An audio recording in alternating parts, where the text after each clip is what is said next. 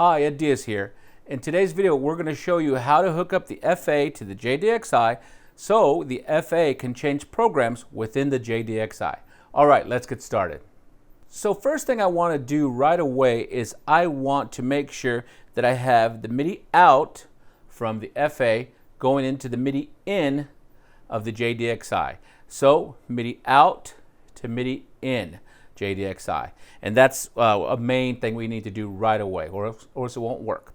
So once we have that set, we're going to go into the FA, and I'm going to choose a studio set, and I'm going to go ahead and go to a user. Okay. We like to use users a lot, so that way you can save everything you've come up with and call them up at any time in a live gig. All right, so now that I have the FA user and we have MIDI out to MIDI in, it's pretty much set to go. Let's check it out. So you're hearing the FA and the JDXI simultaneously. So let's begin by holding down Shift and hit the Part View button. Now that we're in the part view, we want to see what's going on. So I don't necessarily want, in this situation, the JDXI to be heard. I want the FA to go ahead and trigger a program, but not necessarily have the JDXI sound from the keys of the FA. So here's what I'm going to do. The JDXI has very specific MIDI channels. Okay, so if we take a look at the JDXI, the MIDI channels are Digital Synth 1 is MIDI channel 1, Digital Synth 2 is MIDI channel 2, Drums is MIDI channel 10, and Analog Synth is MIDI channel 3.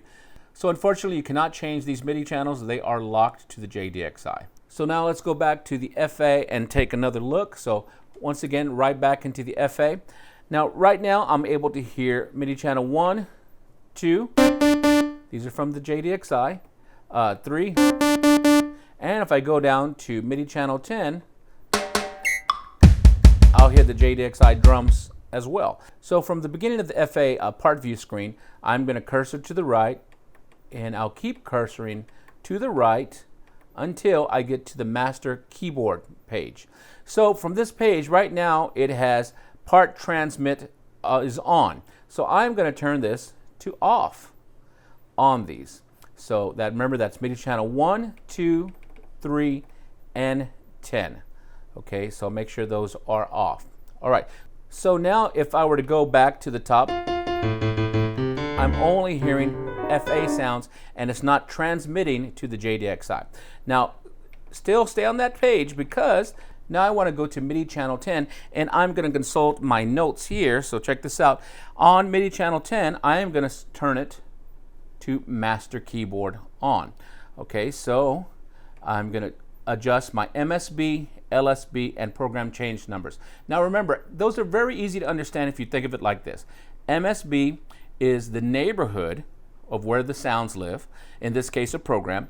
LSB is the street, and program change, that is the house number. So it's the neighborhood, the street, and the house number. Just remember it that way. But all keyboards have this, pretty much 99.9. There's probably one out there, but I wouldn't look. Okay, so I just need to know those numbers. And if you check out the screen here, I'll put the numbers on for you so you can find it. But then also you can go online and download it. I'll go ahead and put the link in the description for you. So I'm going to go into here right away, the JDXI, and I'm going to put in the different bank numbers. Now you can put in the preset banks, but I'm assuming you'll want to go ahead and use the user banks. But let's go ahead and put the presets now. So first preset to get it, the first number is 85. And here we go, 85. Next number is 0. There we go.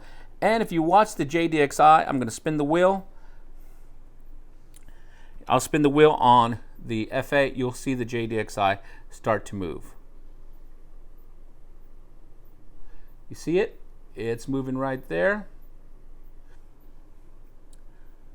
So pretty cool. I'm changing the different parts right here. And that was the user. If I wanted to change the internals, just so you could see it, I would go, that begins at 85. LSB is 64. We'll do this one so you can see a little bit. 64. There we go. And if I spin the dial here, and here so you can see the JDXI. There you can see we can change the presets. Okay, so very easy. I'll go ahead and put this back on 0, so that way I am going through my users, my custom users. Okay, so pretty easy once we go in there and get it all set. Now, if we wanted to save it, very easy. We would save it within the studio set of the FA. So let's go ahead and press exit. And as you can see on the FA, there is a check mark, which means, hey, something has been done. You might want to save. So all I have to do now is press right, and is a studio set, yes. Go ahead and select, and then I could rename it. And I could call this one JD. We can call this JDXI, and we'll call this program. And maybe we can make this a temp, so that way you can go ahead and make more in the future, just to kind of get you going. And this is a good practice if you just want to go ahead and have different parts come up and come down. So very, very easy. You want to play the JDXI on its own, but you want the FA to trigger the program change, but not necessarily the sounds. Okay, we're going to show that in the next video. So here we go.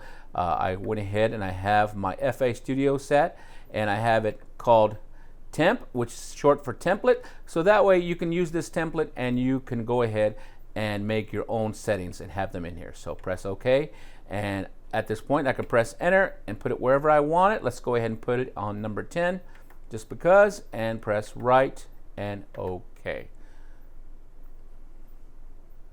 So once again, this video is about having the FA change your programs of the JDXI, but not having the JDXI sounds play from the FA.